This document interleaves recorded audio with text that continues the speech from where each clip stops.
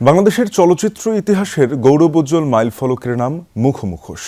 ১৯৫৬ সালের ৩ আগস্ট পূর্ব পাকিস্তানের প্রথম পূর্ণদৈর্ঘ্য সবাক চলচ্চিত্র হিসেবে এটি মুক্তি পায়। এর মধ্য দিয়ে মূলত ঢাকায় চলচ্চিত্রের প্রাতিষ্ঠানিক ও আনুষ্ঠানিক যাত্রা শুরু হয়েছিল। এই সিনেমার ৭০ বছর পূর্তিতে তথ্য ও সম্প্রচার মন্ত্রী বলেন, আব্দুল জব্বার খান শুধু প্রথম চলচ্চিত্র নির্মাতাই নন, তিনি প্রথম নায়কও বটে। সিলন টি রপ্তানিতে শীর্ষে। ঠিক ৭০ বছর আগে ঢাকায় সিনেমায় ঘটে এক ঐতিহাসিক ঘটনা। আব্দুল জব্বার খান নির্মাণ করেছিলেন প্রথম সবাক চলচ্চিত্র মুখোমুখোশ।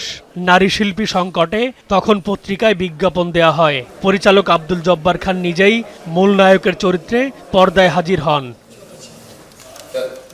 মুখোমুখোশ সিনেমার ৭০ বছর পূর্তিতে বিশেষ অনুষ্ঠান আয়োজন করে আব্দুল জব্বার খান স্মৃতি সংসদ। অনুষ্ঠানে তথ্য সম্প্রচার মন্ত্রী বলেন, দর্শক চাহিদা ও আধুনিক প্রযুক্তি কাজে লাগিয়ে সিনেমা তৈরি করতে পারলেই আব্দুল জব্বার খানের প্রতি প্রকৃত সম্মান জানানো হবে। সভ্যতার জগতে চলচ্চিত্রের চেয়ে কোনো প্রভাবশালী মাধ্যম আসে নাই। অতএব রাষ্ট্র, সমাজ, রাজনীতি, ব্যক্তি, গোষ্ঠী, আমরা যারাই সমাজকে ভালো দিকে ধাবিত করতে চাই, তাদের জন্য চলচ্চিত্র হচ্ছে সবচেয়ে শক্তিশালী মাধ্যম।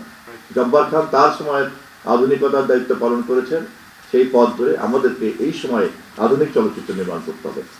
অনুষ্ঠানে চিত্রনায়িকা কোহিনুর আক্তার সুচন্দা বলেন, নতুন প্রজন্মের সক্ষমতা আছে, সহযোগিতা পেলে তারাও ভালো সিনেমা উপহার দিতে পারবে। এ সময় আব্দুল জব্বার খানের ছেলে নওশের হায়াত খান বাবার স্মৃতি সংরক্ষণের দাবি জানান।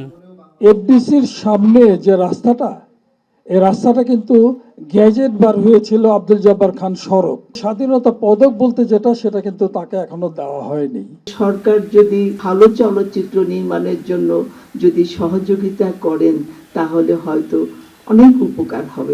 ৭০ বছর আগে রূপমহলের রূপালী পর্দায় যে আলো জ্বলে উঠেছিল, আজ তা বাংলাদেশের চলচ্চিত্রকে এক বিশাল ইন্ডাস্ট্রিতে রূপ দিয়েছে। শূন্য থেকে ইতিহাস গড়া মন্ত্র শিখিয়েছে মুখোমুখোশ। M A Aziz, Jamuna news, Dhaka.